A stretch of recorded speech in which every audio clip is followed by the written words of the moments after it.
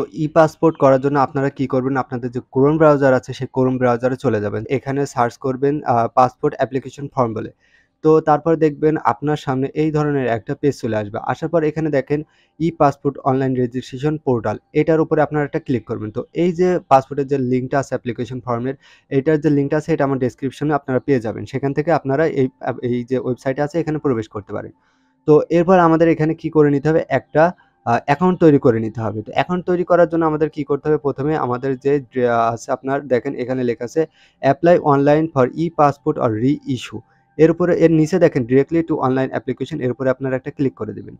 দেওয়ার পর এখানে দেখেন স্টেপ 1 এ আপনাকে জিজ্ঞাসা করা হচ্ছে, "are you applying from Bangladesh?" আপনি যদি বাংলাদেশ থেকে অ্যাপ্লাই করে থাকেন তাহলে ইয়েস দিবেন।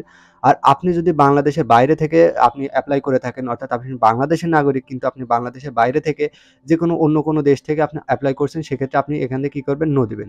দেওয়ার পর আপনি বর্তমান যে কান্ট্রিতে আছেন সেই কান্ট্রি কিন্তু এখানে আপনার কি করতে হবে? সেই কান্ট্রিটা আপনাকে এখানে সিলেক্ট করতে হবে। সিলেক্ট করার পর আপনার নিকটস্থ ওই দেশের যে বাংলাদেশে মিশন অর্থাৎ বাংলাদেশের যে দূতাবাস আছে, সেই দূতাবাস কিন্তু এখান থেকে সিলেক্ট করে দিতে হবে। আমি যেহেতু বাংলাদেশ থেকেই করছি তো এখান থেকে আমি ইয়েস ক্লিক করব। আপনি যদি চান যে ঢাকা থেকে বা আপনি ঢাকা বা অন্য কোনো জেলাতে আসছেন বাংলাদেশে, সেই জায়গা থেকে আপনি আপনার পাসপোর্টটা করবেন, সেটাও করতে পারেন। দেখা যাচ্ছে আপনার বাসা যশোর কিন্তু আপনি করতে চাচ্ছেন ঢাকা থেকে আপনার পাসপোর্ট। সেক্ষেত্রে আপনার এখানে সিলেক্ট করতে হবে ঢাকা। যেহেতু আপনি ঢাকা থেকে করতে চাচ্ছেন। আর যদি আপনি আপনার নিজ জেলা থেকে আপনি পুরোপুরিভাবে আপনার নিজ জেলায় থাকেন, তো সেক্ষেত্রে আপনি নিজ জেলায় সিলেক্ট করবেন। আর যদি আপনি কোনো কাজে যদি আপনি অন্য কোনো জেলায় থাকেন বাংলাদেশে, সেক্ষেত্রে আপনি সেই জেলা থেকেও কিন্তু চাইলে করতে পারবেন। তো আমি যেহেতু আমার নিজ জেলা থেকে করতে চাচ্ছি, সেক্ষেত্রে আমি কি করব? আমার যে জেলাটা আছে যশোর, সেটা আমি এখানে সিলেক্ট করে দিব। দেওয়ার পর আমার যে থানা আছে, সেই থানাটা আমি এখানে সিলেক্ট করে দিব। দেন আমি কি করব? এখান থেকে কন্টিনিউতে ক্লিক করব। তো কন্টিনিউতে ক্লিক করার পর এখানে বলছে এন্টার ইওর ইমেইল অ্যাড্রেস। তো এখানে আপনার কি করতে হবে? একটা ইমেইল অ্যাড্রেস দিতে হবে। এখানে আপনার ইমেইল অ্যাড্রেসটা দিবেন। দেওয়ার পরে এখানে আই এম হিউম্যান এর উপরে এই পাশে ফাঁকা জায়গায় একটা ক্লিক করবেন। দেন আপনি কি করবেন? এখান থেকে কন্টিনিউতে ক্লিক করবেন। দেন আপনার সামনে এই ধরনের একটা অপশন চলে আসবে। তো এখানে দেখবেন আপনার যে পাসওয়ার্ড চাবে। তো এই পাসওয়ার্ডটা অবশ্যই একটা ভালো পাসওয়ার্ড দিবেন যেটা আপনি মনে রাখতে পারবেন। এখানে কি করবেন? এখানে আপনার যে পাসওয়ার্ড একটা পাসওয়ার্ড আপনি এখানে দিয়ে দিবেন। দেন এই পাশে আবার আপনি যে পাসওয়ার্ডটা দিয়েছেন সেটা আবার আপনি এখানে লিখে দিবেন। তো আপনার পাসওয়ার্ডটা দেওয়া হয়ে গেলে এর একটু নিচে চলে আসবেন। আসার পর এখানে দেখবেন যে full name as per NID বা আপনার যে বার্থ সার্টিফিকেট আছে সেটা। আপনার যদি এনআইডি থেকে থাকে তাহলে আপনার এনআইডি অনুযায়ী যে নামটা আছে সেটা এখানে দেবেন। আর যদি আপনার জন্ম নিবন্ধন থাকে সেই জন্ম নিবন্ধনের কার্ডে যে নামটা আছে সেটা কিন্তু আপনাকে এখানে দিতে হবে। তো এখানে দেখুন গিভেন নেম। তো গিভেন নেম মানে আপনার যে মূল নামটা সেটা কিন্তু আপনার যে আইডি কার্ড আছে সেই আইডি কার্ড অনুযায়ী কিন্তু এখানে আপনি দিয়ে দিবেন। তারপরে আপনার সারনেম। তো সারনেম মানে আপনার যে নামের শেষে দেখেন আমাদের এখানে থাকে মেয়েদের ক্ষেত্রে খাতুন, বেগম আর ছেলেদের ক্ষেত্রে থাকে হুসাইন, আহমেদ বা বিভিন্ন ধরনের এগুলো থাকে না সেটা কিন্তু আপনি এখানে দিয়ে দিবেন। তো এখানে আপনার কি করতে হবে? একটা ফোন নাম্বার দিতে হবে। তো ফোন নাম্বারটা অবশ্যই আপনার নিজের এনআইডি কার্ডে তোলা এমন একটা ফোন নাম্বার দিয়ে দিবেন যাতে আপনি পরবর্তীতে কোনো ঝামেলাতে না পড়েন। তো এখানে আপনার ফোন নাম্বারটা দেওয়া হয়ে গেলে আপনি কি করবেন? এখানে পুরো যে আপনার এটা আছে আপনি ভালোভাবে দেখে নিবেন। নেওয়ার পর আই এম এ হিউম্যান এর উপরে আপনি একটা ক্লিক করবেন। দেন আপনি ক্রিয়েট অ্যাকাউন্ট বলে এর উপরে আপনি একটা চাপ দিবেন। তো এখানে ৪ নম্বর যে অপশন আছে দেখুন এখান থেকে আপনার যে অ্যাকাউন্টটা আছে এটা অ্যাক্টিভ করার জন্য আপনার যে জিমেইলটা দিয়েছিলেন সেই জিমেইলে একটা লিঙ্ক পাঠানো হয়েছে। তো আমরা এখন যদি আমাদের যে জিমেইল আছে সেখানে যাই, যাওয়ার পর দেখুন এখানে যে ই-পাসপোর্ট থেকে আমাদের কি করেছে একটা মেইল পাঠিয়েছে।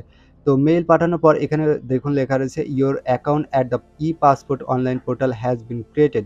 To confirm your email address and active the new account please click here. তো এই যে হেয়ার আছে এর উপরে আপনারা একটা ক্লিক করবেন। তো ক্লিক করার পর দেখুন এখানে লেখা আছে যে your account is activated sign in to start your online application for the new passport.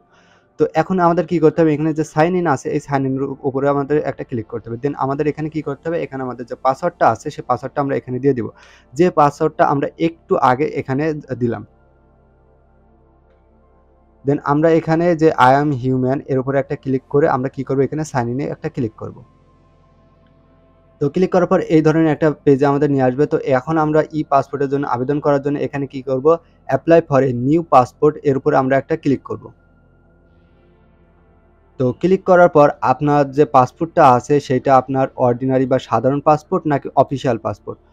তো সাধারণ পাসপোর্ট যেহেতু আমরা সাধারণ মানুষ, আমরা দেখা যাচ্ছে সরকারি কোনো লোক না বা অফিসিয়াল কোনো কাজে আমরা এটা ইউজ করব না। তো এটাকে আমাদের অর্ডিনারি পাসপোর্টটা আমরা সিলেক্ট করব। করার পর এখানে কি করব, সেভ অ্যান্ড কন্টিনিউ এর উপরে আমরা একটা ক্লিক করব। ক্লিক করার পর আপনার এখানে দেখুন, এখানে একটা আপনার বক্স আছে, বক্সের পাশে লেখা রয়েছে আই অ্যাপ্লাই ফর মাইসেলফ। যদি আপনি আপনার এই যে পাসওয়ার্ডটা আছে এটা যদি আপনি আপনার নিজের জন্য করে থাকেন, সেক্ষেত্রে আপনি কি করবেন, আই অ্যাপ্লাই ফর মাইসেলফ এটাতে আপনি একটা ক্লিক দিয়ে দেবেন। দেওয়ার পর আপনার যে অ্যাকাউন্টটা আমরা একটু আগে তৈরি করেছিলাম, সেই তৈরি করা যে অ্যাকাউন্টের সময় আমরা যে নামটা দিয়েছিলাম আমাদের এনআইডি কার্ড অনুযায়ী, সেটা কিন্তু এখানে আপনার শো করবে। আর দেখা যাচ্ছে আপনি আপনার এই অ্যাকাউন্ট থেকে আপনি ৫-৭ টা আপনি আবেদন করতে পারবেন, অর্থাৎ ৫-৭ জনের আপনি আবেদন করে দিতে পারবেন। সেক্ষেত্রে আপনি জাস্ট এখান থেকে টিক মার্কটা তুলে দিয়ে আপনি জাস্ট এখানে আপনার জেন্ডার সিলেক্ট করে আপনার যে তাদের যে এনআইডি বা আপনার বার্থ সার্টিফিকেট আছে সেই অনুযায়ী কিন্তু আপনি এখানে ফর্মটা ফিল আপ করে দিতে পারবেন। তো এখানে যেহেতু আমি আমার নিজের জন্য করছি, সেক্ষেত্রে আমি কি করব, আমি এখানে আই অ্যাপ্লাই ফর মাইসেলফ এর উপরে আমি কি করব, একটা ক্লিক করব। তো ক্লিক করার পর এখানে আপনার বলবে যে সিলেক্ট জেন্ডার। এখানে আমি আমারটা সিলেক্ট করে দিলাম। দেওয়ার পর এখানে হচ্ছে আমার যে নামটা আছে সেটা কিন্তু আই অ্যাপ্লাই ফর মাইসেলফ দেওয়ার পরপরই এখানে আমার যে নামটা আমি দিয়েছিলাম ১ম অ্যাকাউন্ট তৈরি করার সময় সেটা অটোমেটিক্যালি নিয়ে নিয়েছে। এখানে তারপর লেখা আছে যে সিলেক্ট প্রফেশন। তো এখানে কি করবেন, এখানে আপনি এই ফাঁকা ঘরে চাপ দিবেন। দেওয়ার পর আপনি কোন পেশায় নিয়োজিত আছেন সেটা এখানে আপনার লিখে দিতে হবে। আপনি যদি ডাক্তার হন তাহলে ডাক্তার দিবেন। আপনি যদি স্টুডেন্ট হন তাহলে আপনাকে এখানে কি করতে হবে, স্টুডেন্ট আপনার এখানে সিলেক্ট করে দিতে হবে। এবং আপনি যে পেশায় থাকেন সেটা যদি না থাকে তাহলে আপনি আদার যে অপশনটা আছে সেটা আপনি এখানে সিলেক্ট করে দিবেন। তো এরপর আপনার কি বলেছে, এখানে বলছে সিলেক্ট রিলিজিয়ন। তো আপনি কোন ধর্মের, তো এখানে আপনার সিলেক্ট করে দিতে হবে। তো আমি এখানে আমারটা সিলেক্ট করে দিলাম। দেওয়ার পর আপনার যে ফোন নাম্বারটা আছে এখানে নিয়ে নিয়েছে। তারপরে আপনি বাংলাদেশ থেকে এখানে বাংলাদেশ, দেন এখানে সিলেক্ট ডিস্ট্রিক্ট অফ বার্থ, আপনি কোন জেলাতে জন্মগ্রহণ করেছেন সেটা এখানে সিলেক্ট করে দিতে হবে। দেন আপনার এখানে তার পরের অপশানে দেখেন এখানে রয়েছে সিটিজেনশিপ ইনফরমেশন। তো সিলেক্ট টাইপ অফ সিটিজেনশিপ এর উপরে আপনি এখানে যদি ক্লিক করেন তো এখানে দেখেন অনেক ধরনের অপশান আছে। আপনি যদি জন্মসূত্রে বাংলাদেশী হয়ে থাকেন তাহলে আপনি এখানে দেবেন বাই বার্থ। ঠিক আছে? তো আমরা যেহেতু বাংলাদেশ থেকে করছি তো আমরা কি করব, বাই বার্থই এখানে সিলেক্ট করব। দেন আমরা এখানে সেভ অ্যান্ড কন্টিনিউতে ক্লিক করব। দেন এখানে আপনাকে কি করতে হবে, আপনার যে ডিস্ট্রিক্ট আছে সেই ডিস্ট্রিক্টটা এখানে আপনার সিলেক্ট করতে হবে। তো আপনার যে এনআইডি কার্ডের যে ডিস্ট্রিক্টটা আছে, অর্থাৎ আপনার এনআইডি কার্ডের পিছনে যে ঠিকানাগুলো আছে এখন হুবহু এই ঠিকানাটা কিন্তু আমরা এখানে দিব। ঠিক আছে? আর যদি আমরা এই ঠিকানাটা না দিই তাহলে কিন্তু আমাদের পাসপোর্টে অনেক ধরনের সমস্যা হবে। তো এখানে আমার যে জেলাটা আছে সেটা আমি এখানে সিলেক্ট করলাম। তারপরে এখানে সিটি, ভিলেজ আর হাউস। আপনি যদি দেখা যাচ্ছে আপনার পৌরসভায় বাস করেন সেক্ষেত্রে আপনার পৌরসভার নাম দিতে পারেন। আপনি যদি গ্রামে হয়ে থাকেন সেক্ষেত্রে আপনি গ্রাম দিবেন বা হাউস দিবেন। তো এখানে কি করবেন, আমার আমরা যেহেতু আমরা যশোর থেকে করছি তো এখানে আপনি যশোর যেহেতু একটি ডিস্ট্রিক্ট আছে তো ডিস্ট্রিক্ট আর সিটি প্রায় একই।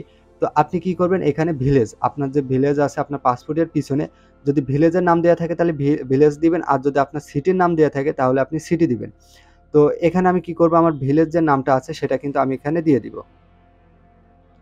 আর এখানে নাম লেখার সময় সবসময় আপনারা ক্যাপিটাল অক্ষরে আপনারা কিন্তু লিখবেন। দেন আপনার যদি রোড বা ব্লক বা সেক্টর নাম্বার থাকে তাহলে দিবেন। আর যদি না থাকে তাহলে ফাঁকা রেখে দিবেন। দেন আপনাকে এখানে কি করতে হবে, সিলেক্ট পোস্ট অফিস। তো এখানে আপনার যে পোস্ট অফিসটা আছে সেটা কিন্তু এখানে আপনার সিলেক্ট করে দিতে হবে। দেন আপনাদের এখানে সিলেক্ট পুলিশ স্টেশন। তো এখানে কি করবেন, আপনার যে পুলিশ স্টেশনটা আছে অর্থাৎ আপনার যে থানা, সেই থানাটা আপনারা এখানে সিলেক্ট করবেন। দেওয়ার পর আপনারা একটা চোখ মানে এক পলক আপনারা দেখে নেবেন যে এখানে কোনো ভুল আছে কিনা। তারপর আপনারা জাস্ট কি করবেন, যদি এরপরে আপনার বলছে যে প্রেজেন্ট অ্যাড্রেস। এখন আপনার যদি প্রেজেন্ট অ্যাড্রেস আর পার্মানেন্ট অ্যাড্রেস, এটা কিন্তু আপনার ১ম টা হচ্ছে পার্মানেন্ট অ্যাড্রেস।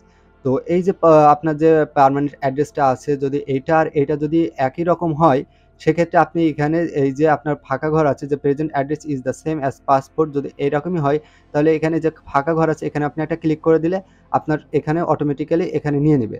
আর যদি আলাদা হয় সেক্ষেত্রে আপনারা কি করবেন, এখানে আপনার যে আপনি বর্তমান যে ঠিকানাতে আছেন সেই ঠিকানা আপনি এখানে ফিল আপ করে দিবেন, দিয়ে আপনি করবেন। আর এই ঠিকানায় কিন্তু আপনার পুলিশ ভেরিফিকেশন যাবে। আপনার এনআইডি কার্ড এবং আপনার যে জন্ম নিবন্ধন কার্ড আছে সেই কার্ডের যে আসল ঠিকানা আছে সেটাই আপনি এখানে ইউজ করবেন। আর এমনভাবে দিবেন যাতে কোনো ধরনের ভুল না হয়। ভুল হলে কিন্তু আপনার পুলিশ ভেরিফিকেশন হবে না এবং আপনার পাসপোর্টটা কিন্তু আটকে থাকবে অনেকদিন। তো আমার যে প্রেজেন্ট অ্যাড্রেস এবং পার্মানেন্ট অ্যাড্রেসটা আমার সেম, সো আমি এখানে হচ্ছে আমার যে এখানে টিক মার্ক দিয়ে দিব।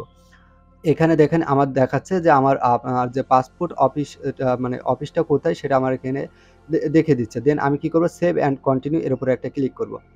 করার পর এখানে দেখুন আপনার এখানে বলছে ৩ টা অপশন এখানে দেখাচ্ছে যে, do you have any previous passport? আপনার কি ইতিপূর্বে কোনো পাসপোর্ট ছিল? যদি আপনার এর আগে কোনো ধরনের পাসপোর্ট থাকে, সেটা যদি এমআরপি হয়, আ এমআরপি পাসপোর্ট হয়, তাহলে এখানে ইয়েস এ ক্লিক করবেন। আর যদি আপনার ই-পাসপোর্ট হয়, সেক্ষেত্রে আপনি এখানে ইয়েস ক্লিক করবেন। আর যদি একদমই আপনার কোনো ধরনের পাসপোর্ট না থাকে, তাহলে এখানে কি করবেন, no I do not have any previous passport, hand written passport, এটার উপরে আপনি জাস্ট একটা ক্লিক করবেন।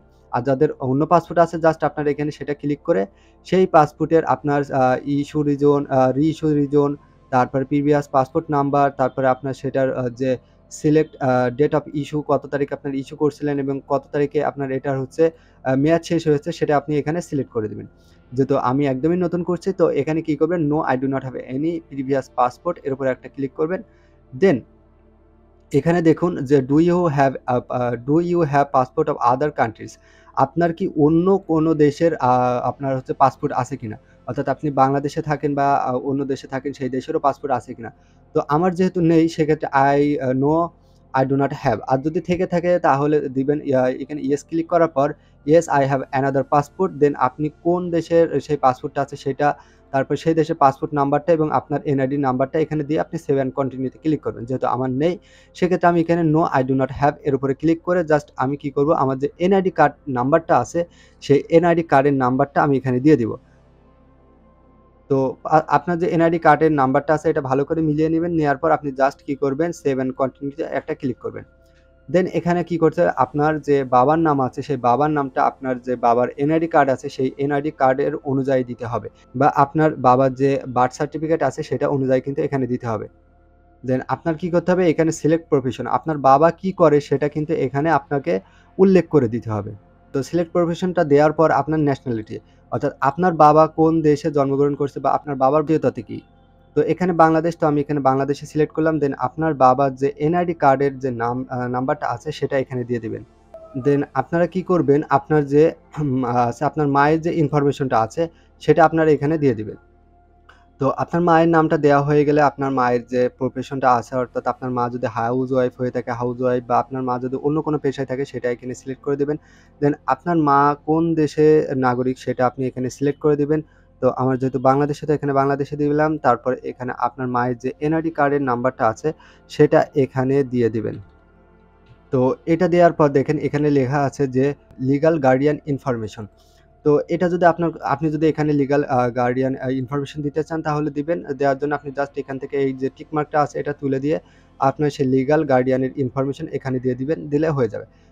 এখানে আমি দিব না, তো এখানে নট অ্যাপ্লিকেবল এটাতে আমি সিলেক্ট করে আমি জাস্ট সেভ অ্যান্ড কন্টিনিউ তে ক্লিক করব। দেন এখানে আপনার হচ্ছে সিলেক্ট ম্যারিটাল স্ট্যাটাস, আপনি বিবাহিত কি সিঙ্গেল, সেটা আপনার এখানে সিলেক্ট করতে হবে। তো আমি যেহেতু সিঙ্গেল, এখানে সিঙ্গেল। আপনি যদি ম্যারিড হয়ে থাকেন ম্যারিড, বা ডিভোর্স হয়ে থাকলে ডিভোর্স, বা আদার কোনো কিছু হয়ে থাকলে সেটা আপনি সিঙ্গেল আছে আপনি সিলেক্ট করে দেবেন। তো আপনি যদি ম্যারিড এখানে সিলেক্ট করেন, দেন আপনি কাকে বিয়ে করছেন সেটার আপনি টোটাল তার সকল ইনফরমেশন এখানে কিন্তু দিয়ে দিতে হবে। তো আমি যেহেতু সিঙ্গেল, এখানে সিঙ্গেল ক্লিক করে জাস্ট সেভ অ্যান্ড কন্টিনিউ তে ক্লিক করব। দেন এখানে সিলেক্ট এমার্জেন্সি কন্ট্যাক্ট রিলেশনশিপ। তো এখানে আপনার এমার্জেন্সি কন্ট্যাক্টের জন্য একজনের ইনফরমেশন দিতে হবে। তো এখানে আপনি কাকে দিতে চাচ্ছেন? তো এখানে আপনি যদি আপনার চাচীকে দিতে চান, বা ফুফুকে দিতে চান, সেটা আপনি এখান থেকে দিতে পারেন।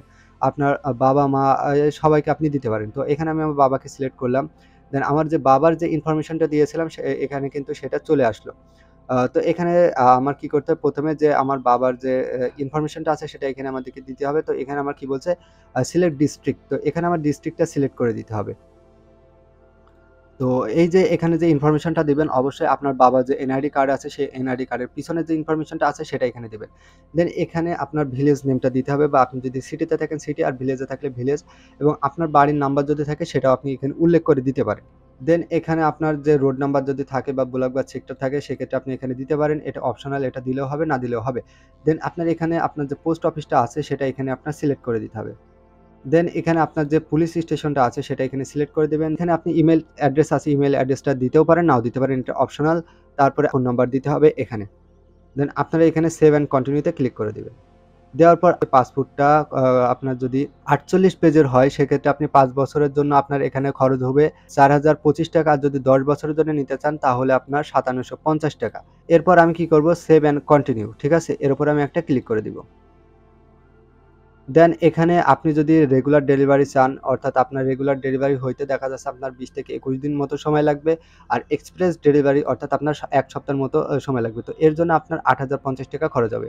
তো আমি কি করব, এখান থেকে এক্সপ্রেস ডেলিভারি যেটা আছে এটাতে আমি ক্লিক করে সেভ অ্যান্ড কন্টিনিউ তে ক্লিক করব।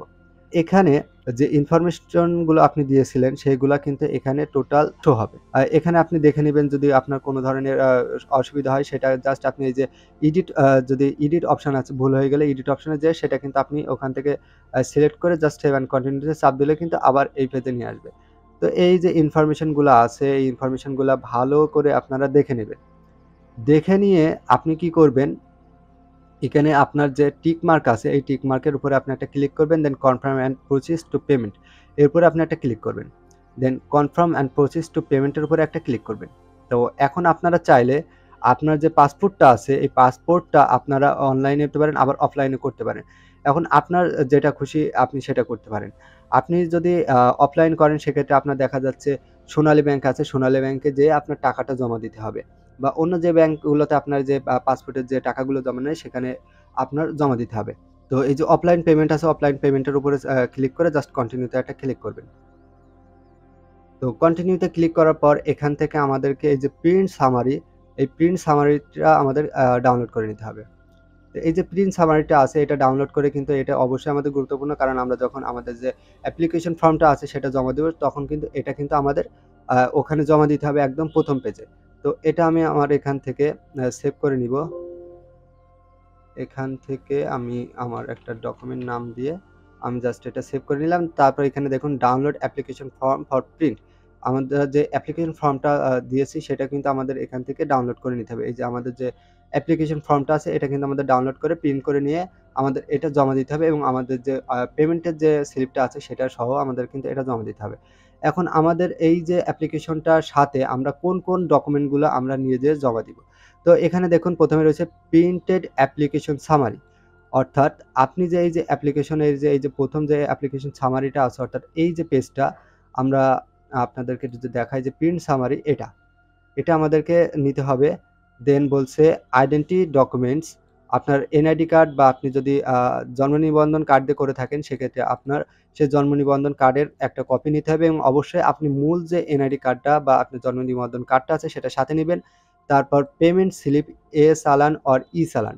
এ চালান বলতে আপনি যদি আপনার যে পেমেন্ট আছে এটা যদি আপনি সোনালী ব্যাংক বা ব্যাংকের মাধ্যমে দেন সেক্ষেত্রে, আর ই চালান বলতে আপনার বোঝায় আপনি অনলাইনের মাধ্যমে যদি আপনি পেমেন্টটা দিয়ে থাকেন সেই স্লিপটা।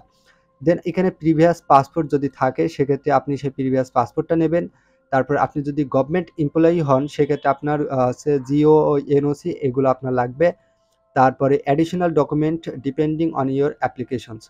তারপরে এখানে আপনি দেখতে পাচ্ছেন প্রিন্ট ফর্ম। তো এই যে প্রিন্ট ফর্মটা এখানে আমি একটু আগে আপনার ডাউনলোড করে নিলাম। তো এই যে ফর্মটাও কিন্তু এখানে আমাদের একসাথে জমা দিতে হবে এবং এর সাথে কিছু অ্যাডিশনাল ডকুমেন্ট লাগবে, যেমন ধরুন আপনার নাগরিক সনদপত্র, আপনি যে প্রফেশনে আছেন সেই প্রফেশনের আপনার যে সার্টিফিকেট মানে একটা সার্টিফিকেট লাগবে। আপনি যদি স্টুডেন্ট হয়ে থাকেন সেক্ষেত্রে আপনার স্টুডেন্ট আইডি কার্ডের ফটোকপি নিতে হবে। আপনি যদি বিবাহিত হয়ে থাকেন সেক্ষেত্রে আপনার বিবাহিতের যে কাবিননামার রসিদ, কাবিননামা আছে সেই কাবিননামার একটা ফটোকপি কিন্তু এখানে লাগবে এবং আপনি যদি ব্যবসা করে থাকেন সেক্ষেত্রে আপনার ট্রেড লাইসেন্সের যে ফটোকপি আছে সেই ট্রেড লাইসেন্সের একটা ফটোকপি আপনার কিন্তু লাগবে। তো এই ডকুমেন্টগুলো নিয়েই কিন্তু আপনি আপনার যে পাসপোর্ট অফিসে আছে সে পাসপোর্ট অফিসে যেয়ে জমা দিয়ে আসতে পারবেন। তো পাসপোর্ট অফিসে কিভাবে আপনারা ফাইলগুলো জমা দিবেন সেই উপরে একটা ভিডিও আছে। আপনারা চাইলে ডেসক্রিপশনে লিংক দেয়া থাকবে। আপনারা সেখান থেকে ক্লিক করে সেটা দেখে আসতে পারেন।